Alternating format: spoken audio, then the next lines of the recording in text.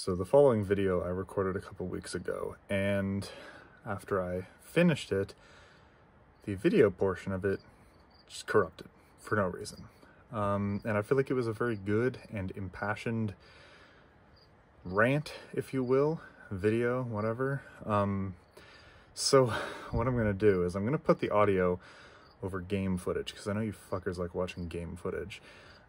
Just so that it's not lost, because I can't do it again, and I think that it was pretty decent content. So yeah, for a change of pace, there's just going to be me talking over video game footage that we put together. Yeah. Many years ago, I used to religiously read metalsucks.com.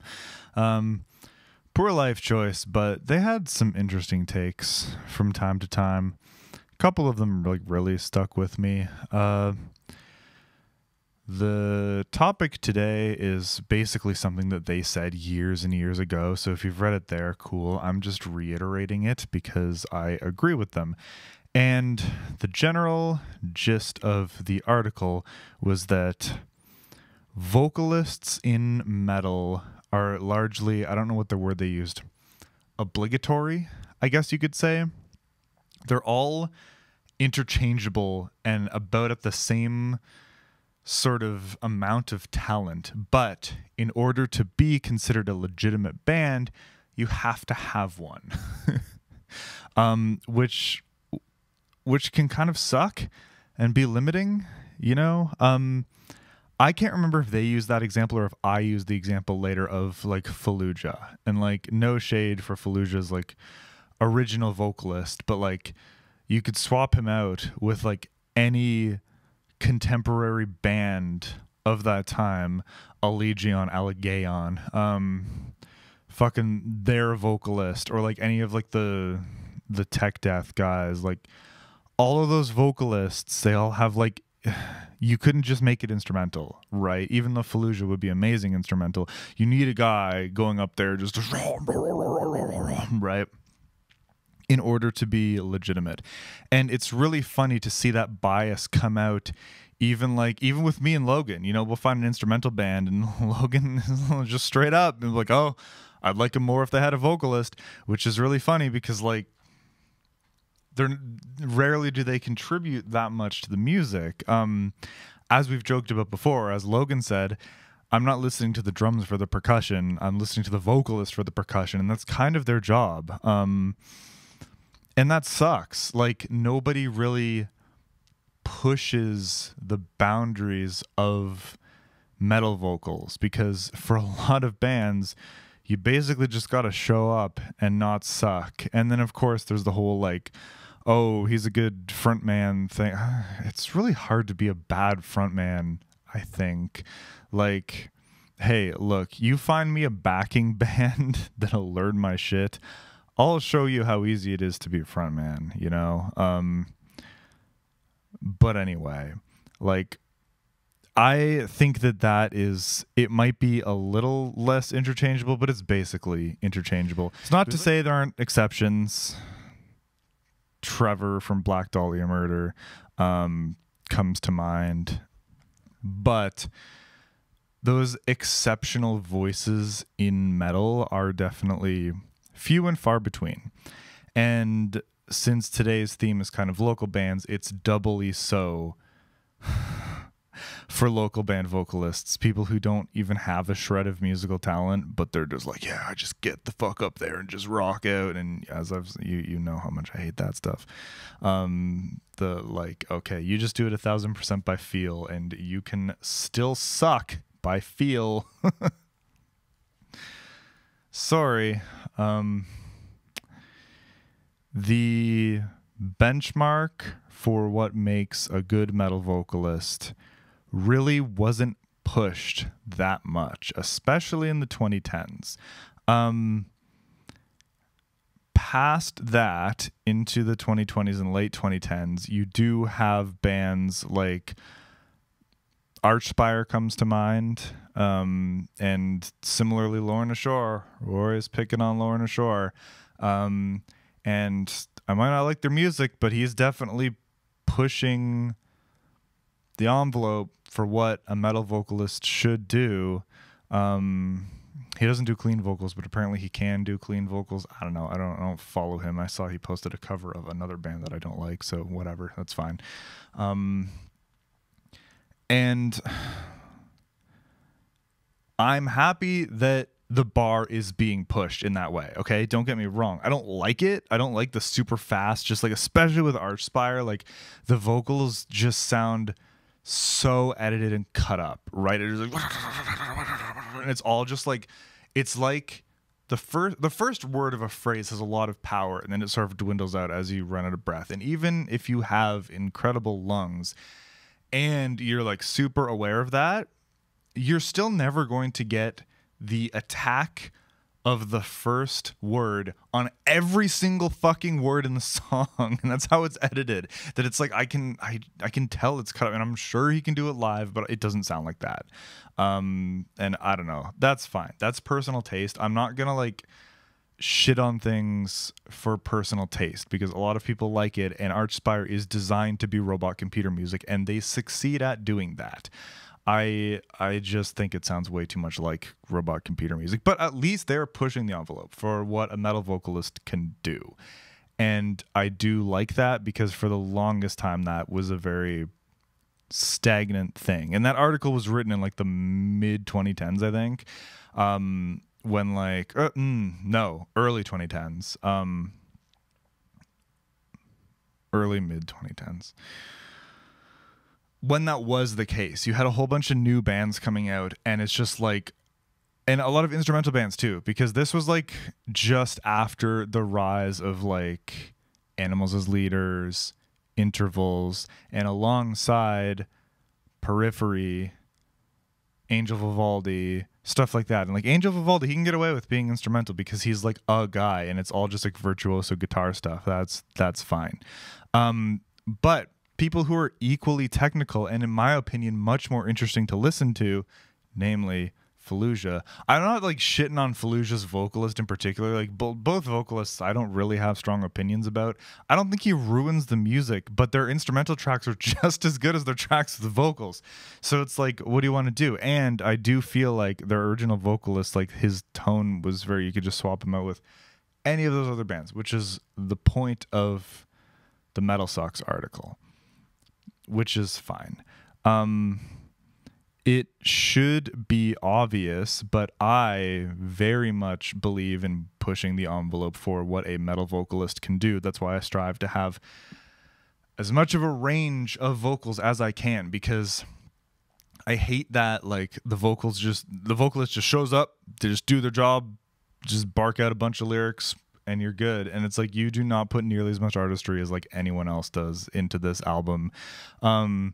Like, no shade, but yes shade, and I would know because I'm a vocalist for many bands. But I'm trying to like bring back that, like, you know, when people who don't know me from music, oh, you're in a band, oh, you're a metal vocalist, and I literally have to say, oh, don't worry, I can actually sing, I'm not just a talentless hack. And am I saying that all screaming is talentless hack material? No, but maybe this is a me thing, but I kind of, ever since I was a teenager, was just able to scream, okay? It took me like a really long time to get to the point where I was happy with my clean vocals, but my screams, I've just like always been able to just and like it's fine. I don't even like I get shaky because you have the diaphragm support, but it's fucking whatever. I can just do it. It's fine. It's just like conversation. And so maybe I'm unique in that. Maybe some people have struggled for years and years to be able to get a good like harsh tone. I know some people have. But most of them are women, and I don't want to like be decisive in that case, but I know a lot of local vocalists who can't play instruments, and it's just like, what is your reason for being up on stage and fronting this band instead of any of these other random people? And it's just because they have the personality, because they told you that they're good. That's like what it comes down to. Popularity contest, which is why I've never been able to just actually do vocals for a band, because I just don't have that. Don't have that drive. I'm not a people person.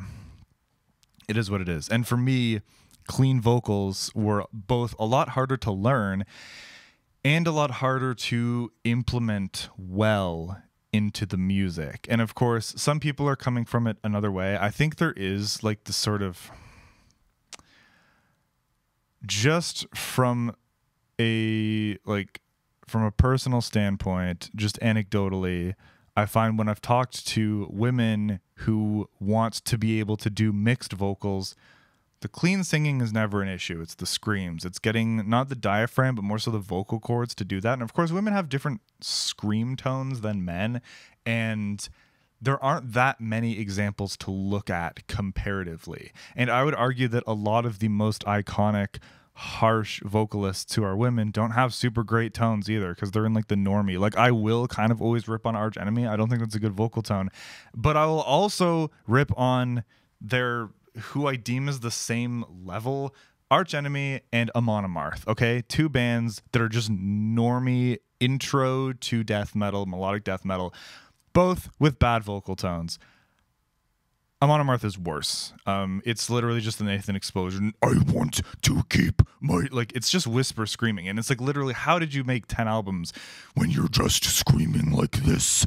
And it sounds so silly. Whatever. But I do think that it's only been recently that like women have had an example, or a few solid examples of vocalists who are also women who can do harsh and clean equally well. But I would argue that most of them, the overwhelming majority, started singing way before they started doing harsh vocals.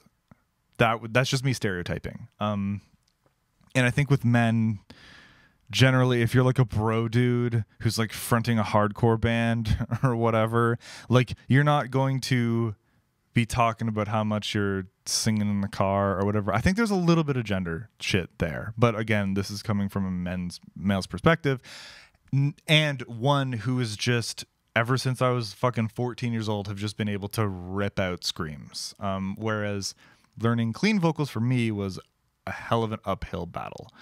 So, but that, I didn't let that stop me, obviously, and it should be the same for anyone. Like, if you do find yourself in the position where a bunch of talented musicians are trusting you to front their band, one, you better be a damn good lyricist, just because, like, this is your job, right? Like, you can't really practice vocals that much in a way that matters. Like, you should be doing warm-ups and that sort of thing. But really, you can't practice to the same level that instrumentalists can.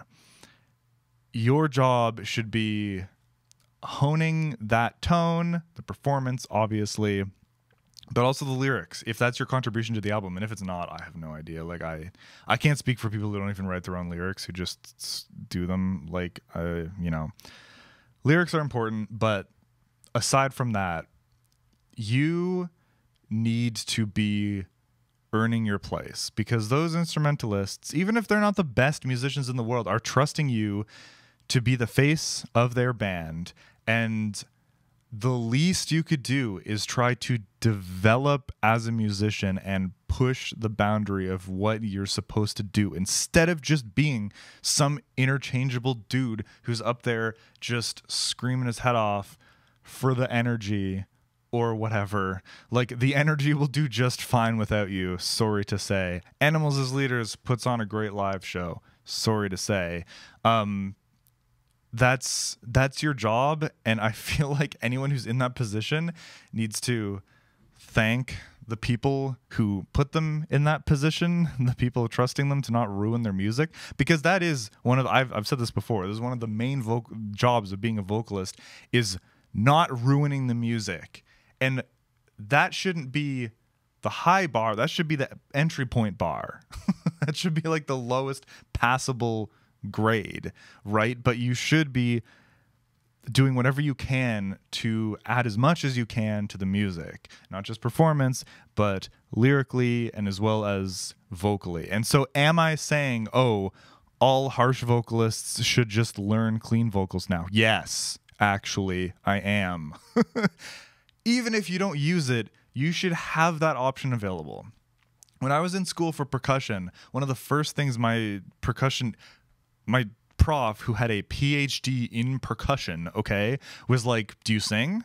I'm like, I've tried." And it's like, you have to do vocal warm-ups every day for percussion, because you need to feel that pitch, that music in you. It will make you a better percussionist. And I'm like, that's stupid. And turns out she was right. Obviously, it's almost like she got a job at a university because she has a doctorate in percussion. Maybe she was fucking right about something. And yeah, like, if you're using your voice to talk, to relate to people, to get this musical experience to resonate with people, you should have as many options as you possibly can at your disposal. And if nothing else, you should be in tune with what your instrument, your body, is capable of, even if you're never going to use it on the album. There are so many vocal tones that I can do that I never use to record, but I want to know what I can do as a vocalist, as an instrument. So much shit that you'll never even hear unless you like commission a Fiverr gig and you're like, "Hey, can you sound specifically like this?" And it's like, yeah, I can actually. But that doesn't mean that it needs to be in the music, because I have a focus for what all these different bands sound like. And not to mention, I want to have my own tone. So if you want a tone that sounds like my screaming, you're going to know what to expect, which is why like EV and TDA don't sound fucking worlds apart. But you'll notice the screams and voice I do, they don't sound like anything else. Anyway, yeah, I'm not going to like jerk myself off too much, but I'm going to jerk you off in the sense that you, any vocalists watching this, can be better, should be better. Even if it doesn't come out on the album, that potential should be there. The option should be there so that you as a vocalist know. And so you're not just some interchangeable schmuck that just has to go up there to add legitimacy to the otherwise good band.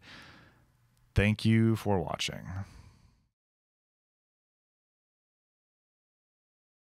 I'm recording this from my built-in laptop mic.